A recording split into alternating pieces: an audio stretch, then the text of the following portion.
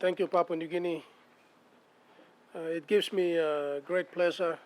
The member for Yali Bupangi and the second longest serving former Prime Minister Peter O'Neill is the opposition's new candidate for the Prime Minister's seat in the motion of vote of no confidence that is currently before the Parliament. The appointment of O'Neill comes after member for Aitape Lumi and parliamentary leader for the National Alliance Party Patrick Pruach moved to join the Marape Basil government 2 weeks ago. Opposition leader Belden Nama made the announcement today.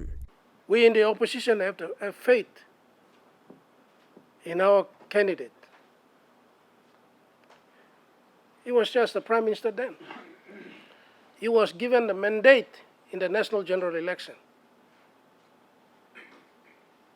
And it is only right for us to reinstall him as the Prime Minister so he can come in and stabilize the country and stabilize the economy of our country. We have faith in Honorable Peter O'Neill. Earlier during the day, the opposition leader presented the amended notice of motion for a vote of no confidence to the Speaker of Parliament, Job Pomat. He explained that this is not a new motion, it is an amended motion guided by Section 145 of the Constitution. I just want to make it very clear to the nation that there is no new notice of motion. The notice of motion was already submitted to Parliament, to the Speaker, on the 15th of December 2020. Today we only submitted an amended notice of motion substituting the Prime Minister nominee. With the national general elections just 15 months away, why the urge to change the government at such a short time? We can see for the past 24 months where our country is heading to.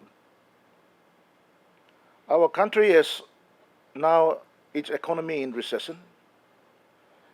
Its economy has declined by independent reports, well over 5% over the last 2 years, and it's projected to have further decline into the future in 2021 and beyond. This government, this Prime Minister has no answer as to how to resuscitate our economy that is in the life support. He's got no clue altogether. He can't answer the simple question from Sepuka Temu today.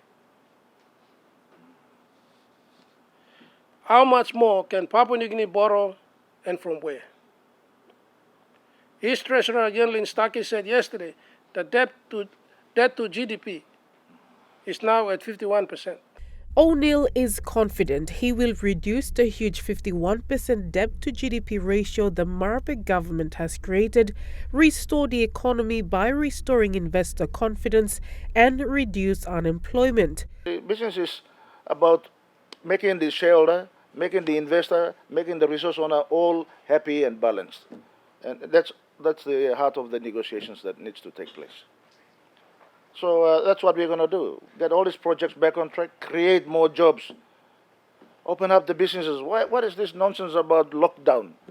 Meanwhile, following corridor whispers of a possible adjournment of Parliament, the opposition leader, citing a case on the interpretation of Section 145 of the Constitution that deals with the vote of no confidence, says the Parliament must not further delay the motion. We don't have to go to court to make the decision of Parliament and leaders.